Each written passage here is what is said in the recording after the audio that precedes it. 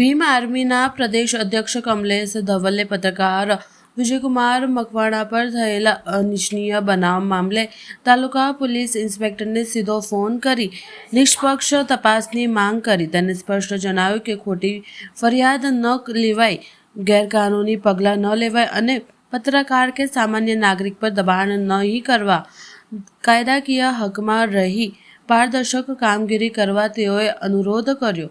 સત્ય હકીકત બહાર અસામાજિક તત્વો અને ગુનાહિત પ્રવૃત્તિ કરનાર સામે યોગ્ય કાર્યવાહી થાય અને કડક પગલાં લેવા આ મુદ્દે જાહેર જનજાગૃતિ માટે તેમની આ સીધી વાત ચર્ચામાં આવી છે. જેનો બી રજૂ કરે એનો. હલો, હા, આપણે ભીમ આર્મી ગુજરાત પ્રદેશ અધ્યક્ષ બોલું, કમલેશભાઈ ધવલ. બોલો.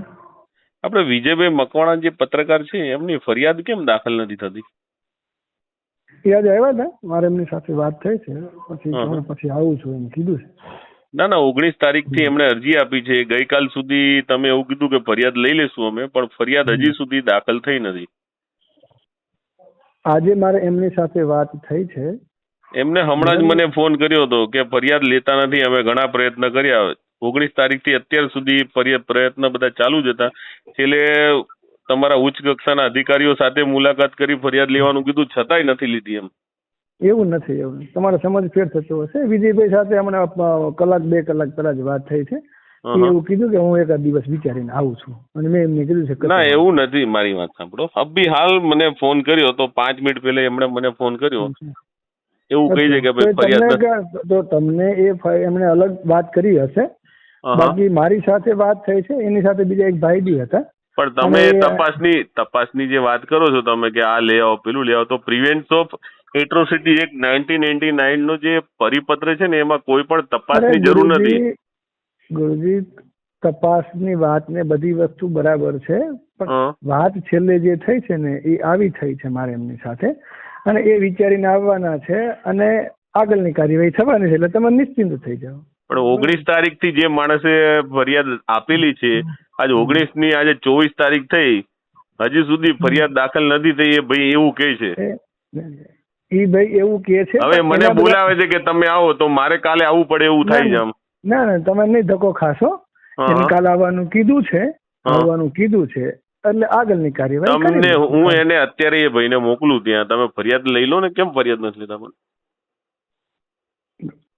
અમારે જે વાત થઈ એ મુજબ એને હું એ ભાઈને પણ મારે વાત થઈ તો અત્યારે મોકલી દો. એ ભાઈને મોકલી દો.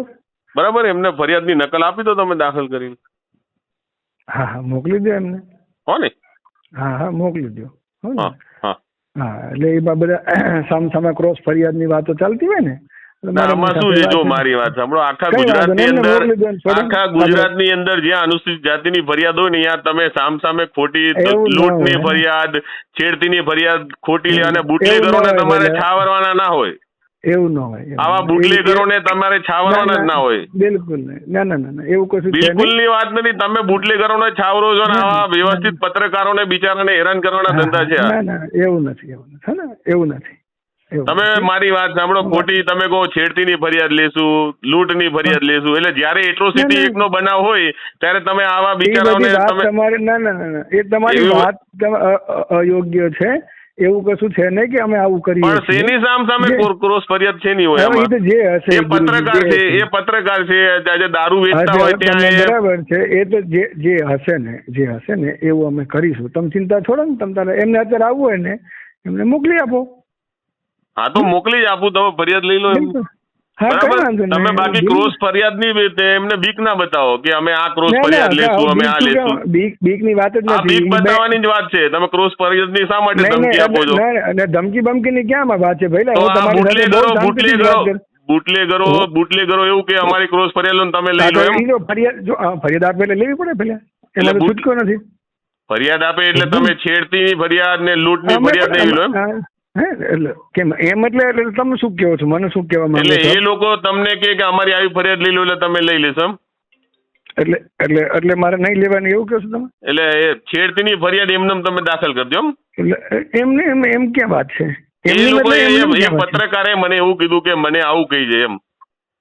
એવું કે છે ને ઈ જો આમાં એવું છે કે ઈ ભાઈ આવે છે આટલા દિવસથી અહીં આ ફરિયાદનું કે છે, મેં એને ફરિયાદનું કીધું છે, પેલી બેન આવે છે રોજ ઉઠીને કે ફરિયાદ મારી તમે નથી વાંધો લીધી. નહીં, જો એ ભાઈને મોકલું છું, તમે ફરિયાદ લઈ લો. એવું હશે તો હું કાલે હું રૂબરૂ જ આવું. ચલો ને, વાંધો નહીં.